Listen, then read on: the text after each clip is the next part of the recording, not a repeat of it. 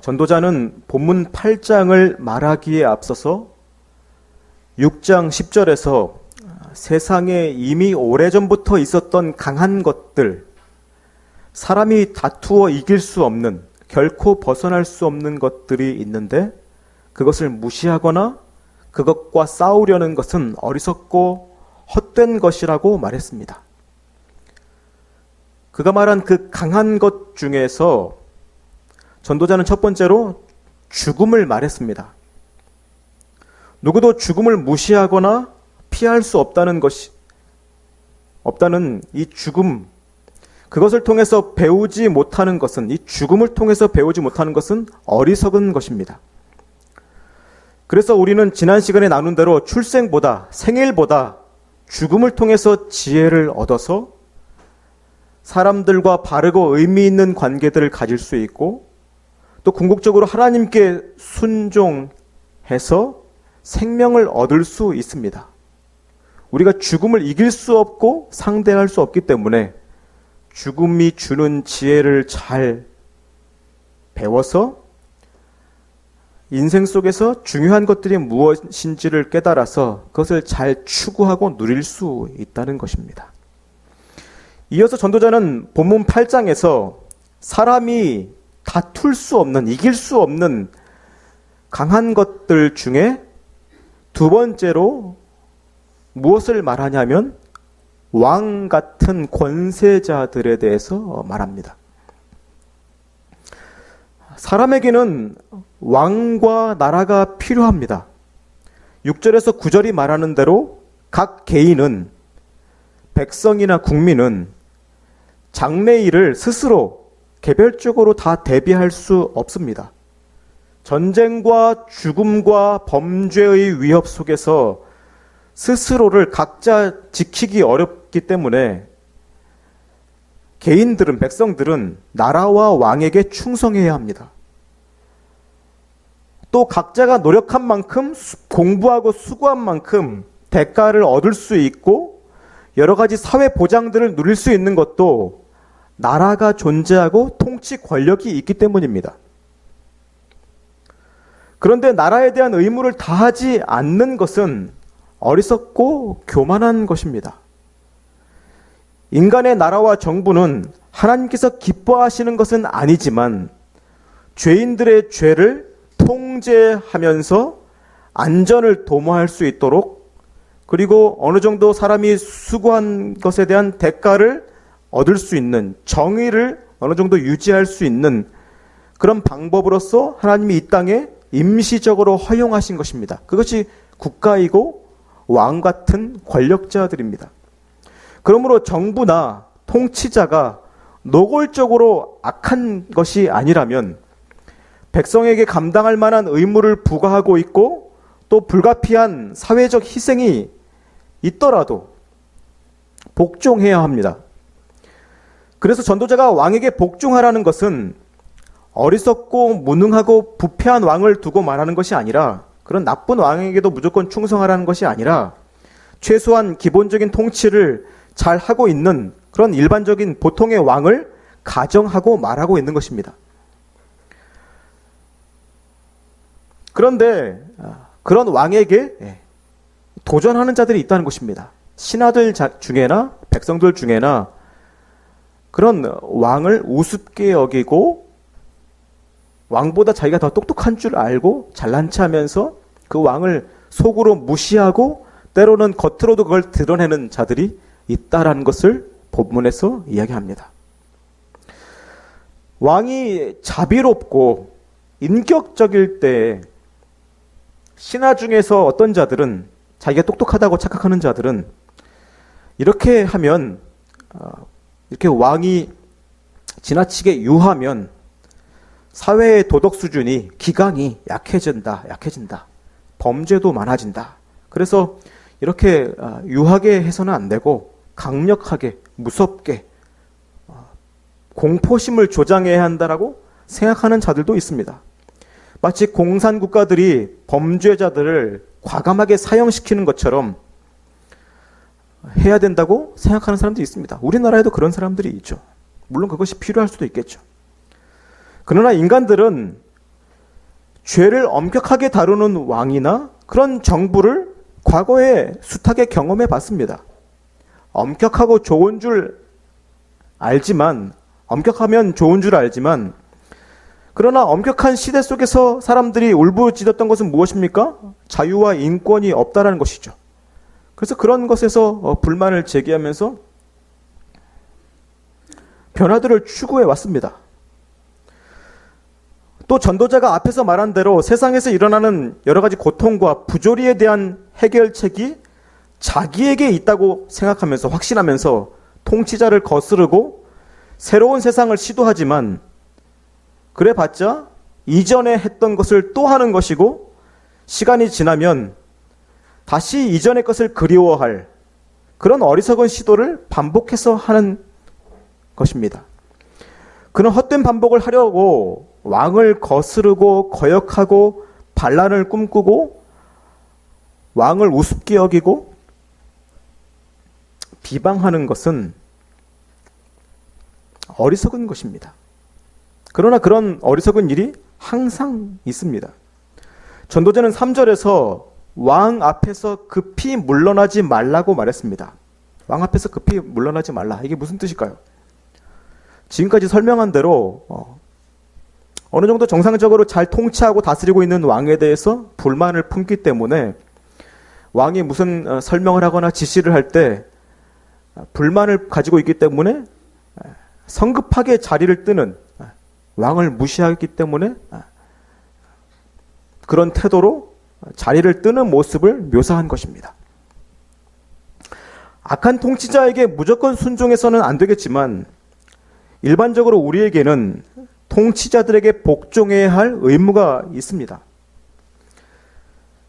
마치 어린아이들의 인식과 이해와 사고 범위로는 부모의 판단과 이해력과 결정이 이해가지 않지만 그래도 부모에게 순종해야 하는 것처럼 높은 자리에 있는 자들이 큰 책임과 고려해야 될 많은 일들과 또한 통치에 작용하는 여러 가지 권력들, 그 균형들을 생각해야 되는데 그런 것들을 다 고민하고 결정해야 할 높은 자들에 대해서 그 아래에 있는 자들이 섣불리 판단하는 것은 어리석음을 드러내는 것일 수 있다는 것입니다. 마치 어린 아이가, 자녀가, 성장하고 있는 자녀가 부모에 대해서 판단하고 부모가 어리석다고 그렇게 생각하는 일이 있는 것처럼 왕에 대해서 그런 판단을 하는 백성들이나 신하들이 있다는 것입니다. 그런 일은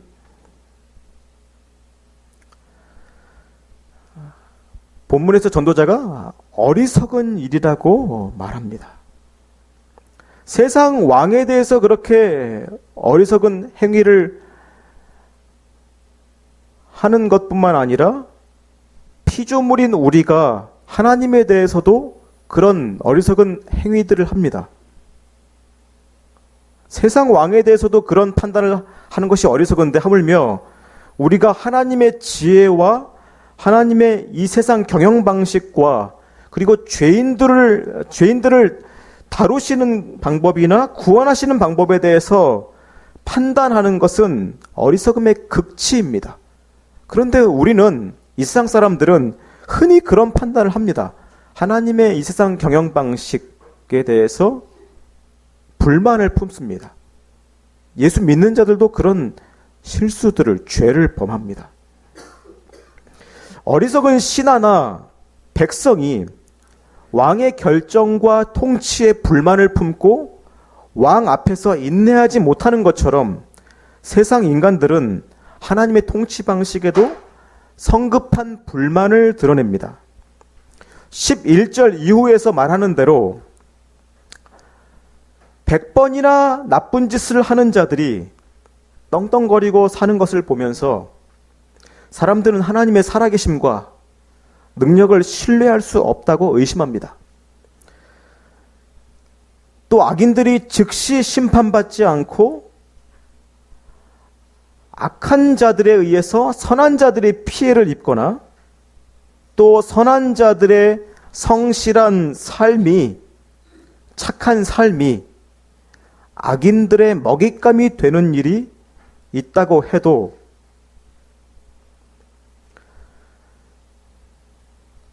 우리는 하나님을 섣불리 판단해서는 안 되는 것입니다.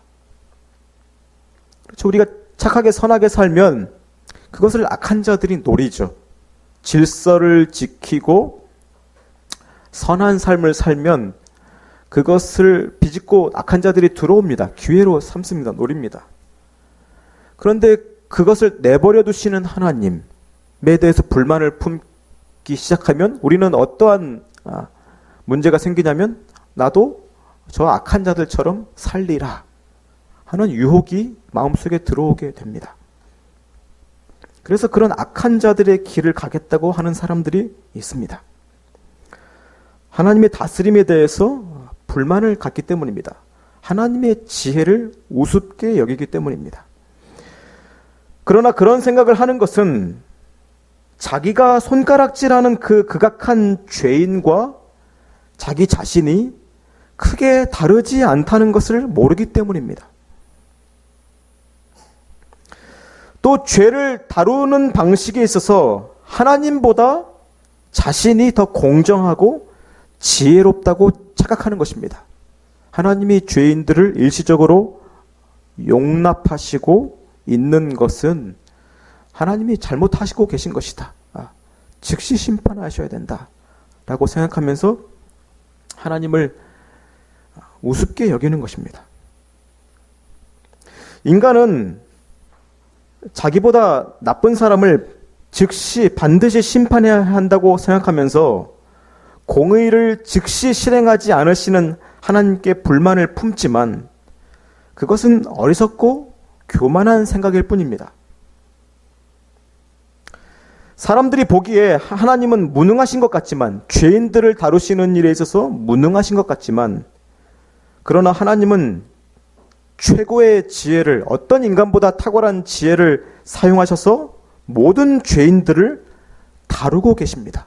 모든 죄인들을 동시에 잘 다루시고 계십니다. 심판받을 자들은 심판받을 근거를 위해서 하나님이 내버려 두시는 것입니다. 구원받을 자들은 똑같은 죄인임에도 불구하고 하나님의 은혜가 자신의 인생 동안에 얼마나 많이 베풀어졌는지를 깨닫고 그리스도를 찬양하도록, 심판대 앞에서 그리스도를 찬양하도록 놔두시는 것입니다. 그것을 위해서 악인들 때문에 고통받는 의인들이 있는 것이고, 또 의인들 덕분에 혜택을 보는 악인들이 있는 것입니다. 우리가 선하게 착하게 살면 착한 사람들만 덕을 보는 것이 아니라 나쁜 놈들도 혜택을 봅니다. 그렇죠? 우리가 차선을 잘 지키고 신호를 잘 지키면서 가면 앞에서 말한 대로 나쁜 놈들도 그 원활한 교통을 이익을 보는 것이죠. 그리고 질서를 잘 지키고 차선을 잘 지키고 앞차와 뒷차와의 간격이 일정할 때 그것을 예상하기 때문에 악한 놈들은 그 사이를 삐집고 들어올 수 있는 것이죠. 사악한 운전을 할 수 있는 것이죠. 그런 것처럼 선한 자들이 선한 행위를 하기 때문에 악한 자들이 부당한 이익을 얻는 일도 일어나는 것입니다. 누가 봐도 사악한 자들을 하나님께서 살려두시기에, 하나님께서 왜 사악한 자들을 살려두시느냐? 그들을 살려두시기 때문에 나 같은 자들도 하나님이 살려두셔서 구원 얻을 기회를 주시는 것입니다. 죽임당해야 되는, 심판받아야 마땅한 저런 인간들도 하나님이 내버려 두시기 때문에 나 같은 죄인도 하나님이 살려두셔서 구원 얻게 하시는 것입니다. 이 불완전한 세상 왕에게 충성해도 부족하며 무지한 것이 있는 그런 이 세상 통치자에게 충성해도 어느 정도는 복이 보장됩니다. 이익이 보장되고 얻는 것이 있습니다. 하물며 이 세상의 참된 왕이신 완전한 지혜를 가지신 하나님의 이 세상 경영 방식과 또 심판과 구원을 위해서 죄인을 다루시는 이 방법에 순종하는 것은, 신뢰하는 것은 우리에게 궁극적이고 영원한 복을 보장합니다. 완전한 심판의 때까지 악인들에 의해서 우리의 선이 가려지고 오히려 우리가 선하게 산 것으로 인해서 우리가 고통을 받는 것이 부조리한 현실이지만 그것은 하나님이 허용하시는 것입니다. 나쁜 자들을 즉시 심판하지 않으시고 때로는 잘 되게 하시는 것은 하나님이 잠시 허용하시는 것입니다. 우리를 위해서, 그리고 이 세상을 보존하시고 유지하시기 위해서 하나님이 잠시 허용하시는 것입니다. 우리가 하나님을 신뢰하도록 단련하는 그런 과정이기도 합니다. 이러한 불만이 있을 수밖에 없는 이 세상 속에서 그래도 하나님을 신뢰하면서 살도록 우리를 연단하시는 그런 이유도 있는 것입니다. 우리의 선한 삶이 이 세상 악한 자들의 그 악에 의해서 무의미해질 수 있습니다. 전도자가 말하는 대로 착하게 살아도, 그죠? 악한 자들에 의해서 다 뒤집어진다. 그래서 헛되다라는 말을 전도자가 여러 번 말하는데, 그런 말처럼 우리가 착하게 살아도, 도덕적으로 살아도 그것이 무용지물이 되는 일이 계속 일어납니다. 헛된 일이, 무의미해지는 일이 있을 수 있습니다. 실제로 그런 일이 계속 일어납니다. 그래서 착하게 살아서 뭐하나 하는 생각을 하는 때가 늘 있습니다. 그렇게 우리가 우리의 선한 삶이 무의미해지고 남는 것이 없고 공로도 쌓이지 않고 악인에 의해서 사라져도 하나님이 선하신 분이시기 때문에 하나님의 형상을 지닌 존재로서 선하게, 착하게, 거룩하게 살아가야 하는 것입니다. 우리의 선함이 쌓이지 않고 그것으로 구원받는 것이 아니고 그것이 공로가 되지 않고 또 악한 자들에게 이용당할지라도 남는 우리의 선한 삶이 어떠한 것도 남지 않을지라도 허무하게 될지라도 우리는 거룩하게 선하게 끝까지 살아야 됩니다. 하나님이 그런 분이시기 때문에 하나님의 형상을 닮은 자들로서 그렇게 살아야 하는 것입니다. 이러한 이해, 하나님과 자신, 이 관계 속에서 이 악한 세상을 살아갈 수 있는 이 동기, 이런 이해가 있어야만, 이런 암과 이해와 믿음이 있어야만 우리는 이 악한 세상에서 거룩하게 살아갈 수 있습니다. 그렇지 않으면 이 세상 사람들처럼 즉각적인 징계가 있어야 정신을 차리고 또 눈에 보이는 공로를 인정해 주는 것이 있어야만 겨우겨우 착한 척하는 그런 삶을 살 수밖에 없습니다. 즉 이익을 위해 사는 존재로 길들여질 수밖에 없습니다. 짐승과 다를 바가 없죠. 그렇게 살면 안 된다는 것입니다. 옷만 입었지 사실은 고상한 짐승과 다를 바 없는 삶이 이 세상 사람들의 삶입니다. 그런 삶을 살지 않고 하나님의 형상답게 아무도 인정해 주지 않는 거룩한 삶일지라도 그런 삶을 살아가는 것. 이 세상 사람들이 하나님을 인정하지 않잖아요. 거룩하신 하나님, 지혜로우신 하나님, 이 세상을 통치하신 하나님, 자신들을 사랑하신 하나님을 인정하지 않지만 하나님은 자신의 성품을 버리지 않으시고 계속해서 영원히 거룩하시고 선하신 것처럼 우리도 그렇게 해야 되는 것이거든요. 이 세상이 이 우리의 선함으로 인해서 달라지거나 우리를 알아주거나 우리의 선함이 쌓여서 기록으로 남거나 인정받는 일이 없어도 하나님이 선하신 것처럼 하나님이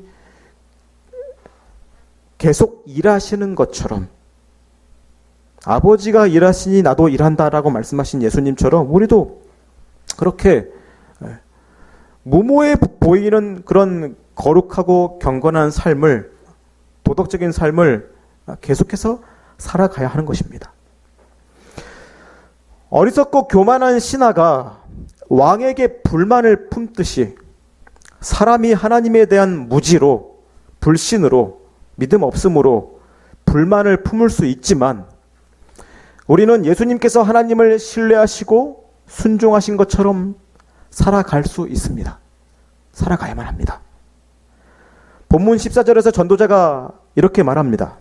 악인들의 악행 때문에 억울하게 벌을 받는 의인들도 있고 의인들의 공로와 희생 덕분에 거저 이익을 보는 악인들도 있다는 것은 정말로 선한 삶을 무의미하게 하는, 거룩하게 살고 싶지 않게 하는 그런 사실이지만, 그러나 예수님은 이러한 허무한 인생 속에 들어오셔서 순종하셨습니다. 착하게 살아봐야 결국 도루묵 되는, 그리고 착하게 산 그것을 다른 사람이 가져가는 그런 삶 속에 예수님은 아시면서 들어오셔서 순종하셨습니다. 예수님은 악인들의 행위 때문에 억울하게 벌을 받는 의인이셨고, 그렇죠. 예수님은 자신의 죄 때문에 고통당하고 죽임당하신 것이 아니라 이 세상 사람들과 우리 때문에 고통당하고 죽임당하셨습니다. 또 자신이 의롭게 살고 의를 위해서 죽으셨는데 악인들이 그 혜택을 입게 되었습니다. 우리가 그 혜택을 입습니다. 그죠? 악한 우리가 예수님 덕분에 구원받게 되었습니다. 하나님께서는 우리가 악인들에 대해서 분노하는 일이 저 나쁜 놈 심판받아야 하는데 저놈이 나 때문에 내가 쌓은 공로를 저놈이 가져가네? 하는 그 우리가 분노하는 그 이치, 그 원리가 우리를 살리는 원리가 되게 하신 것입니다. 우리가 불만을 품잖아요. 저 악한 놈들 심판받아야 되는데 저놈이 내가 이렇게 선하게 사는 삶을 다 망가뜨리고 이익을 취하네? 하는 그 어그러져 보이는 그 이치, 그 원리를 하나님께서 우리를 인내하시고 용서하시고 그리스도께서 이루신 공로를 가지고 우리가 대신 취하도록, 우리가 대신 구원받도록 하는데 그 원리를 사용하십니다. 이해할 수 없는 것이죠. 이해하십니까? 무슨 말인지? 하나님의 지혜와 능력은 사람이 다 이해할 수가 없습니다. 그래서 교만하게 우리가 왜 악인들을 하나님이 용서하고 인내하고 계신가? 왜 이 세상 악한 놈들이 선한 자들의 수고를 갈취하는가? 왜 편취하는가? 그들이 그 위에서 군림하고 있는가에 대해서 우리는 물론 그것에 대해서 분노하고 화를 내야 하지만 그것을 잠시 허용하시는 하나님을 신뢰할 수 있는 것입니다. 하나님은 이 세상을 완전한 지혜로 다스리고 계십니다. 우리의 머리로는 이해가 가지 않지만 그러나 하나님은 완전한 지혜로 이 세상, 이 악한 세상을 다스리고 계시고 또 구원하십니다. 이런 하나님의 다스리심 아래에서 사람이 가질 수 있는 지혜는 하나님을 판단하는 것이 아니라 똑똑한 줄 알고 판단하는 것이 나의 지혜인 줄 착각하는 것이 아니라 하나님을 그리스도 안에서 신뢰하고 순종하는 것이 지혜입니다. 전도자가 그것을 말하는 것입니다. 하나님을 신뢰하는 것. 그것이 호흡과 같은 이 짧은 인생에서 필요한 지혜입니다. 그런 지혜가 없으면 전도자가 앞에서 말한 대로 우리가 몇 주 전에 살핀 내용대로 이 세상 악한 자들에 대해서 잘못된 분노를 품게 됩니다. 그래서 좀 악한 자들한테 이용당하고 고통당하고 또 잃게 되면 화병이 생기잖아요. 그죠? 또 이 세상 법이나 통치자가 착한 사람 편 안 들어주거든요, 잘. 네. 싸워봤자 또 안 되거든요. 그러니까 그런 일을 몇 번 겪으면 사람들이 미칩니다. 화병에 걸려 죽습니다. 네. 그런 것은 어리석은 것입니다. 이 악한 세상을 잘 알아야 됩니다. 이게 이 세상의 실체이고 이 세상은 그럴 수밖에 없고 하나님이 또 무능하셔서가 아니라 이걸 잘 알고 계시고 일시적으로 허용하시고 반드시 심판하십니다. 그러니까 우리가 잃을 수 있습니다. 착하게 살아도 이용당할 수 있고 악한 놈들이 우리를 이용해 먹을 수 있습니다. 그러나 그것에 대해서 지나치게 분노하지 마십시오. 하나님이 허용하고 계시기 때문입니다. 하나님께서 칼을 갈고 계시기 때문입니다. 그리고 그렇게 악한 자가 선한 자들의 삶의 덕을, 공로의 덕을 보는 것처럼 우리가 예수 그리스도께 의존해서 그분의 선하신 그 공로를 의지해서 구원받는다는 것을 기억하십시오. 무슨 말인지 아시겠죠? 그러니까 이 세상 악한 자들 우리가 심판하고 물론 내버려 두거나 신고하지 않거나 지적하지 말라는 것은 아닙니다. 악행들을 볼 때 고칠 수 있는 것은 고쳐야죠. 그러나 그것이 다 고쳐질 것이라고 우리가 잡아서 경찰서에 가서 신고한다고 해서 그들이 달라질 것이라고 이 세상이 공정해질 것이라고 악이 사라질 것이라고 착각하지 말라는 것입니다. 그런 잘못된 이상을 가지고 있으면 인생이 불행해집니다. 이것을 내버려 두시는 하나님의 지혜를 인정하고 순종해야 합니다. 그럴 때에 그런 지혜가 있을 때 이해할 수 없는 인간의 생각으로 이해할 수 없는 그런 이 인생과 허무함 속에서 착하게 살아도 별 볼 일 없어 보이는 이 세상 속에서 우리는 거룩하게 선하게 끝까지 살아갈 수 있고 그리고 이 세상 악으로부터 피해를 당하고 또한 좌절과 상실감을 느끼지만 그러나 하나님이 주시는 것들을 귀하게 여기고 감사하게 누릴 수 있는 것입니다. 지나치게 억울한 것에 한이 맺혀서 잠 못 자고 이렇게 삶을 보내지 않고 그래도 이 악하고 어그러진 세상 속에서 하나님이 주시는 작은 그런 삶의 기쁨의 요소들에 만족하고 감사하면서 인내하면서 살아갈 수 있는 것입니다. 아시겠죠? 예수 그리스도 안에서 하나님을 신뢰하면서 끝까지 거룩한 삶을 살아갈 수 있는 것입니다. 그러한 삶을 살아갑시다. 그게 지혜입니다. 생존하기 위한 비굴함이나 비열함이 아니라 하나님께서 다 책임지시고 하나님께서 완전하게 다스리고 계시다라는 그 신뢰 속에서 오는 지혜입니다. 그런 지혜가 우리 모두에게 있기를 바랍니다. 기도하겠습니다.